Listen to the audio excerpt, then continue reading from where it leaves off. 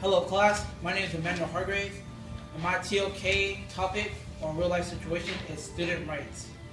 I was told once that we as students do not have any rights that are protected by the Bill of Rights in the Constitution, and until we are 18 as an adult and out of high school, then we will get our rights. And I believe that is unfair because we should have rights being an American citizen like the Constitution says, and here are some reasons why. So my TOK question is moral belief constant? Moral belief is the belief of something either being good or being bad to your reasoning. And if moral belief is constant, what is good should be good for all things. What is bad should be bad for all things. And if moral belief is constant in the Constitution, then everyone as American citizens should get rights. It shouldn't be until you're 18 as an adult. All right, next slide. Court cases.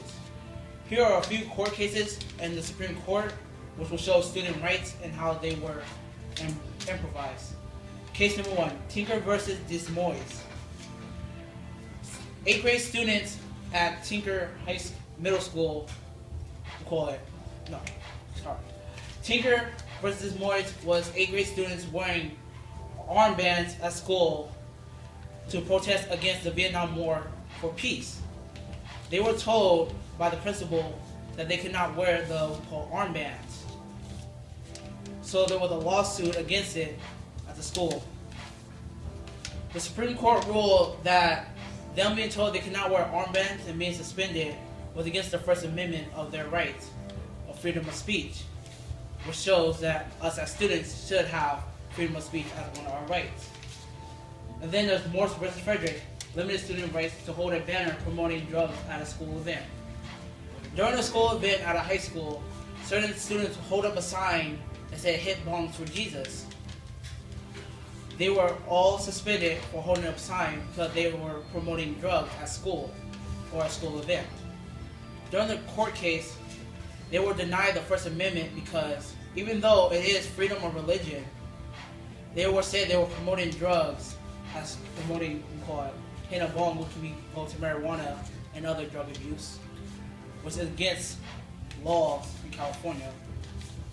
Next court case. Late Shop versus Hermitage. Upheld student right to lewd images.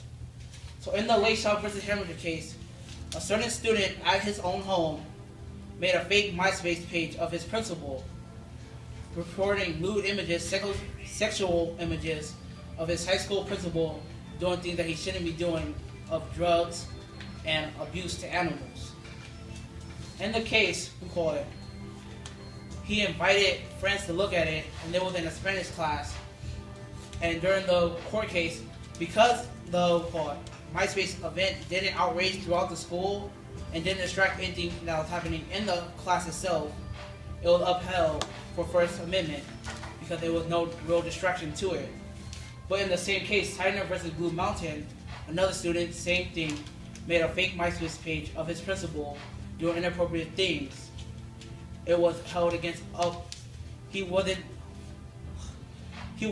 got the same rights as the Late Shop case of First Amendment because it was said that he disputes the whole school because most of the school heard about it, and it took multiple teachers and counselors to get the class to settle down from talking about it, which made the case against the First Amendment.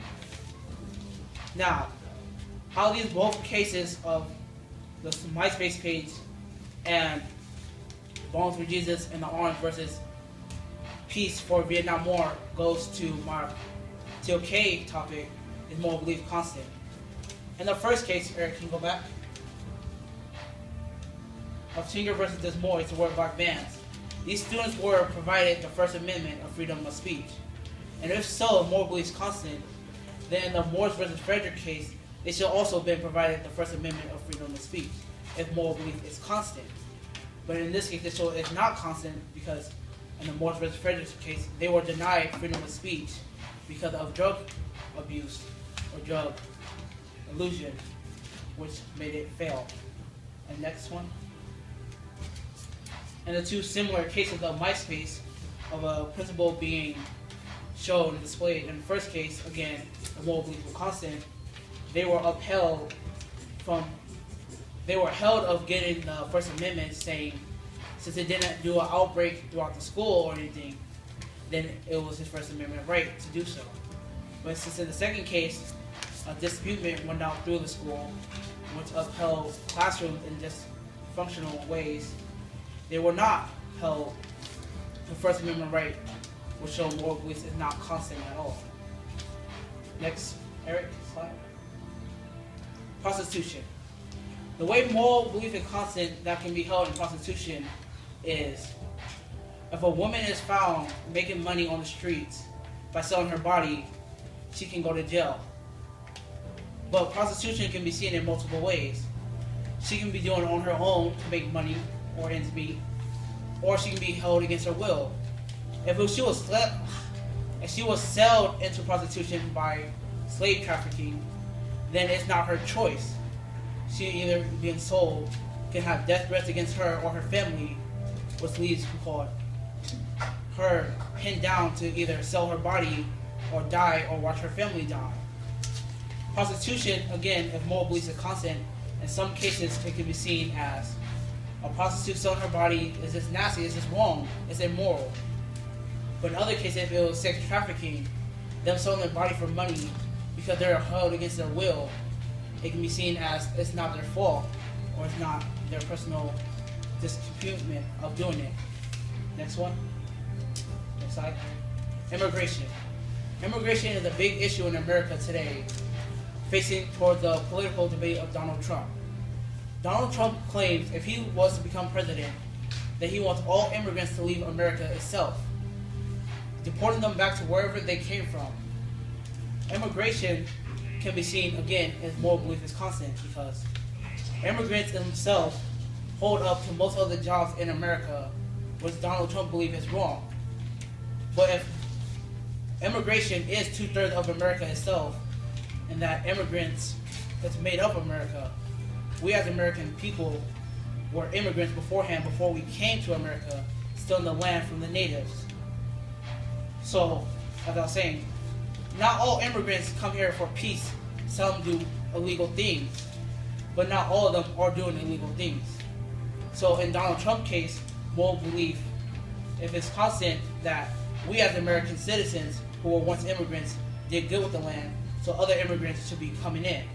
But in Donald Trump's point of view, since immigrants are bad, that all immigrants should go, saying that all of us as people in America should leave as well, leaving the land back to the natives, which we founded in.